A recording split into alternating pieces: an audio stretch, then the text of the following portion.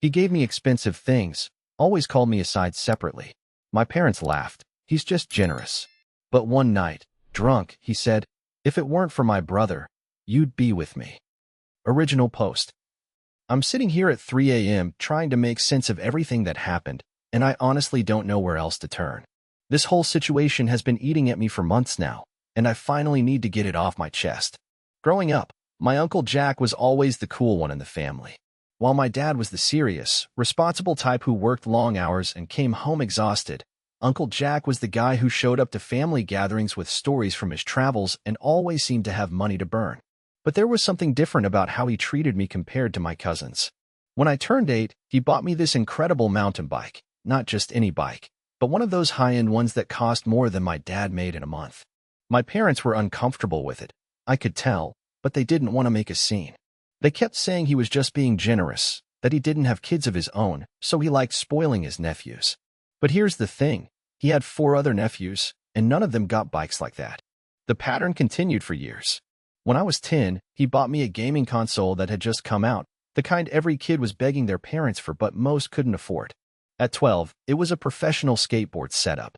At 14, he handed me the keys to a used car, not for my 16th birthday, just because he thought I should learn to drive early. My parents were mortified, but Uncle Jack brushed off their protest with that charming smile of his. What really got to me wasn't just the expensive gifts, though. It was the way he'd pull me aside at family gatherings, asking about school, my friends, my dreams. He'd listen to everything I said like it was the most important thing in the world. He'd ruffle my hair and tell me I was special, that I was going to do great things. Sometimes I'd catch him just staring at me with this look I couldn't understand, not creepy, but intense, like he was trying to memorize my face. My cousins started getting jealous, making jokes about me being the favorite. My parents would get this weird tension whenever Uncle Jack was around, especially my mom. She'd get quiet and fidgety, always finding excuses to keep busy in the kitchen or somewhere else when he wanted to talk to me. The weirdest part was how he and my dad interacted. You'd think brothers would be close, but there was always this underlying tension between them. Uncle Jack would make these little comments, nothing outright hostile, but you could feel the edge in his voice. He'd talk about how my dad got lucky in life, how some people just fall into good situations without deserving them. My dad would just clench his jaw and change the subject. When I hit high school, Uncle Jack's behavior got even more intense. He started showing up at my games without being invited, taking pictures and cheering louder than my own parents. He'd offer to take me on weekend trips, just the two of us, to go fishing or hiking. My parents always found reasons why I couldn't go, which frustrated me at the time because those trips sounded amazing. Then came my 16th birthday party. Uncle Jack had been drinking more than usual that night, and I found him sitting alone on the back porch after everyone else had gone inside. I went out to check on him, and that's when everything changed. He looked up at me with these bloodshot eyes and grabbed my arm, not hard, but firm enough that I couldn't pull away easily. His voice was slurred but intense when he said those words that have haunted me ever since. "You know I love you, right? If it weren't for your mother." He trailed off, staring at me like he was seeing someone else entirely. I asked him what he meant, but he just shook his head and mumbled something about timing and missed chances. Then he passed out right there on the porch chair, and I had to get my dad to help me get him inside. The next morning, Uncle Jack acted like nothing had happened, but something had shifted. I couldn't stop thinking about what he'd said, and I started noticing things I'd never paid attention to before. Update 1. Holy crap, guys. I wasn't expecting this post to blow up like it did. Thank you for all the comments and messages. Some of you have been incredibly supportive, and others have given me perspectives I hadn't considered. A few people suggested I talk to my parents directly, but honestly, I was terrified of what I might find out. Well, I don't have to wonder anymore because the truth came out in the most unexpected way possible. Last week, my grandmother passed away. She was 93 and had been sick for a while, so it wasn't a shock, but it still hit the family hard. She was the matriarch, the one who kept everyone together and made sure we all showed up for holidays even when we didn't want to. The funeral was rough, and afterward, we all went back to my parents' house for the traditional gathering. Uncle Jack was there, of course, but he was different. Quieter than usual, drinking steadily but not getting sloppy about it. He kept looking at old family photos my mom had put out, and I caught him wiping his eyes a few times when he thought no one was watching. Around midnight, most people had left, but Uncle Jack was still there, sitting in my dad's recliner and staring at nothing. My dad had gone to bed early. He'd been exhausted from all the funeral arrangements, and my mom was cleaning up in the kitchen. I was about to head upstairs when Uncle Jack called my name. He patted the couch next to him, and something in his voice made me sit down without questioning it. For a long time, we just sat there in silence, listening to my mom moving around in the kitchen. Then he started talking, not looking at me, just staring straight ahead. He told me about how he and my dad had both been in love with my mom back in college. She was this incredible woman, smart, funny, beautiful, and half the guys on campus had crushes on her. But it came down to the two brothers, and that created a rift between them that never really healed. According to Uncle Jack, he and my mom had been together first. They dated for almost 2 years, and he was planning to propose after graduation. But then something happened. He wouldn't tell me exactly what, just that he made a mistake that hurt her badly. My mom broke up with him and started dating my dad on the rebound. The twist?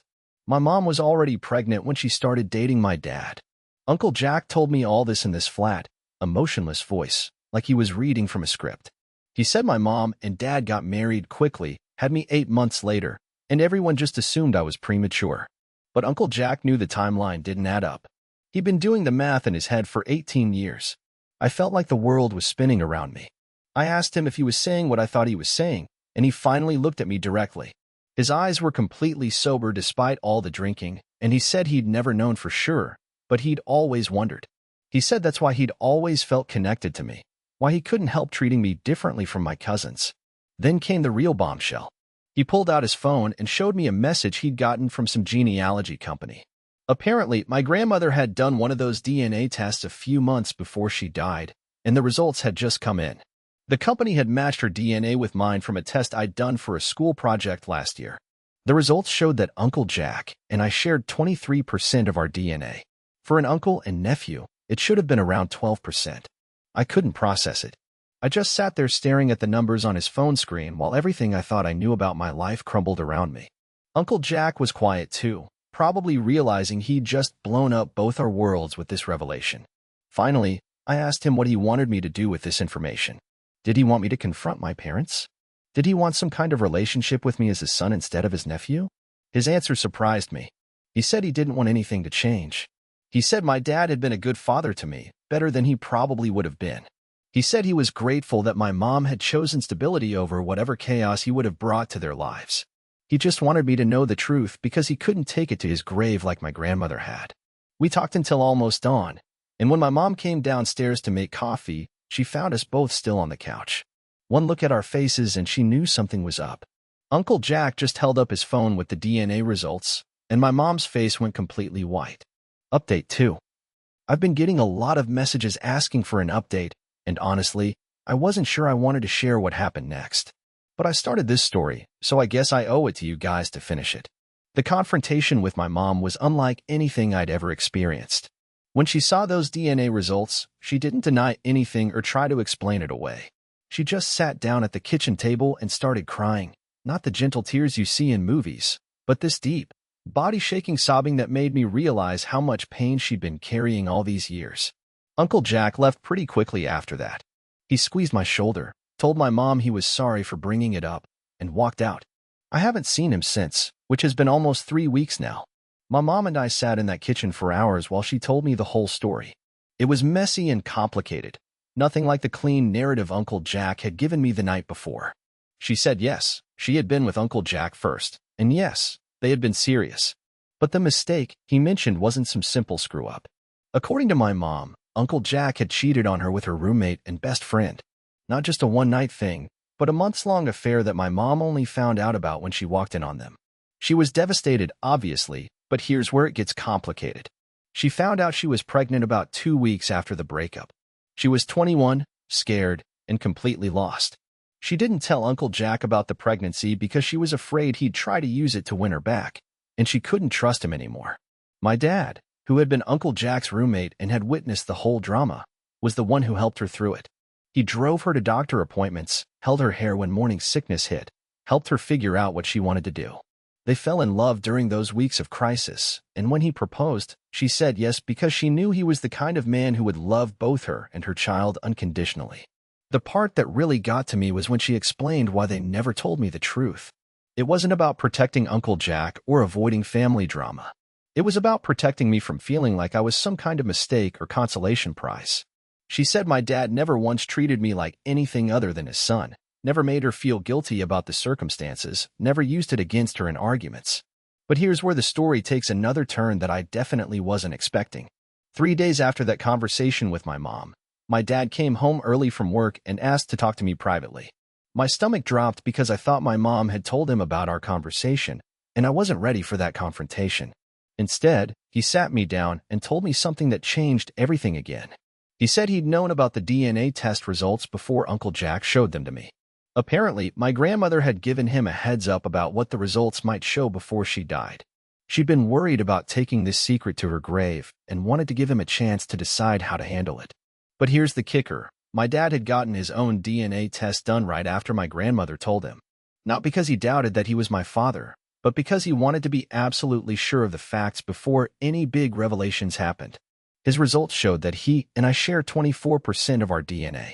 For a father and son, that's exactly what you'd expect. Turns out Uncle Jack had been wrong all these years. The timeline he'd been obsessing over was off because my mom had been further along in her pregnancy than she realized when they broke up. I wasn't Uncle Jack's son after all. I was conceived during a brief reconciliation between my parents that happened about a month after my mom and Uncle Jack's final breakup. My dad had known this for weeks but hadn't said anything because he wanted to see how the family would handle the crisis. He said he'd been watching Uncle Jack struggle with this belief for 18 years and had always wondered if he should set the record straight, but my mom had asked him not to. She felt guilty about the timing of everything and didn't want to hurt Uncle Jack more than she already had. The real twist? My dad said Uncle Jack had never actually been told about the reconciliation. He thought my mom had gone straight from their relationship to his brother, when in reality, my parents had been secretly seeing each other for weeks before they went public with their relationship.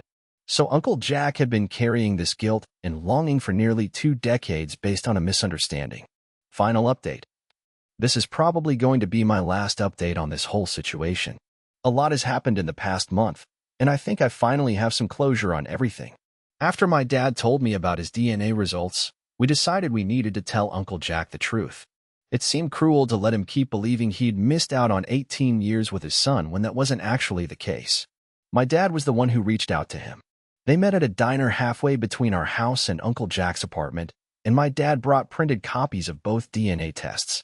According to my dad, Uncle Jack stared at the papers for about 10 minutes without saying anything, then started laughing. Not happy laughter, but the kind of bitter laugh you make when you realize you've been torturing yourself over nothing. Uncle Jack didn't take the news well initially. He was angry at my parents for not correcting his assumption years ago, at himself for believing something without proof, at the whole situation for being so unnecessarily complicated. He accused my parents of letting him suffer because it was easier than dealing with an awkward conversation. My dad said he didn't argue with that because Uncle Jack wasn't wrong.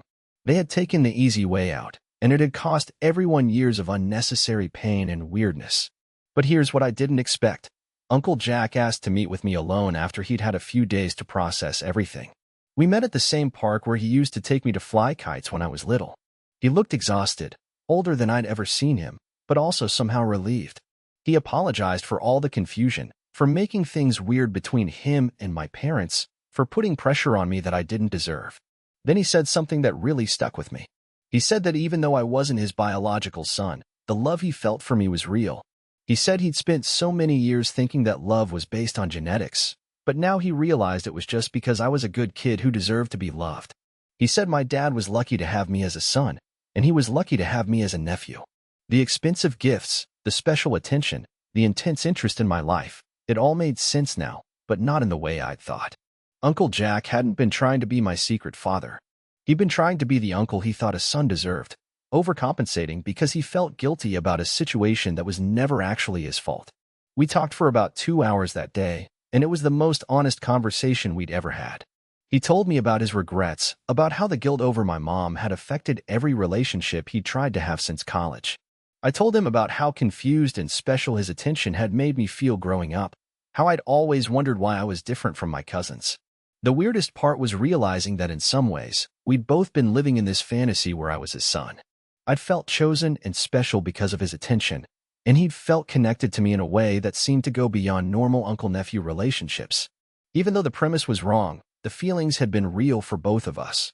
Things have been slowly getting back to normal with the family, but it's a different kind of normal now. Uncle Jack still comes to family gatherings, but the weird tension between him and my parents is gone. They've all talked through their college drama like the adults they should have been 20 years ago.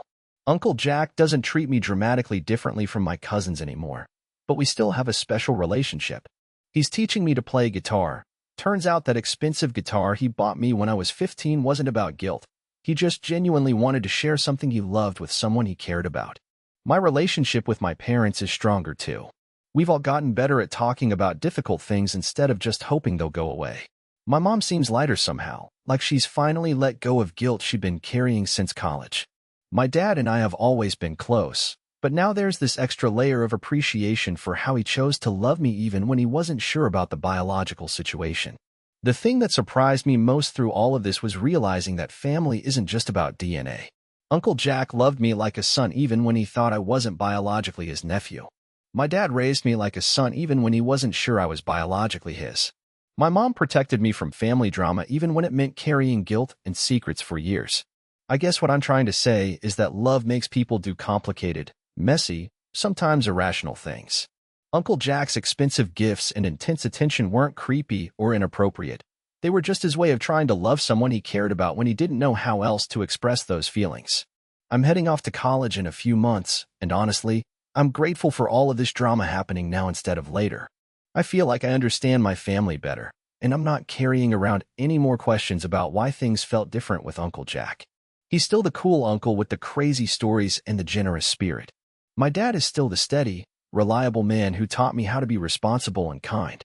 My mom is still the woman who held our family together through complicated situations. The only real difference is that now we all know the truth, and the truth turned out to be a lot less dramatic than any of us thought it would be. Thanks to everyone who followed this story and offered advice. It helped to know I wasn't alone in trying to figure out complicated family situations. Sometimes the best thing you can do is just face the truth head on, even when you're scared of what you might find.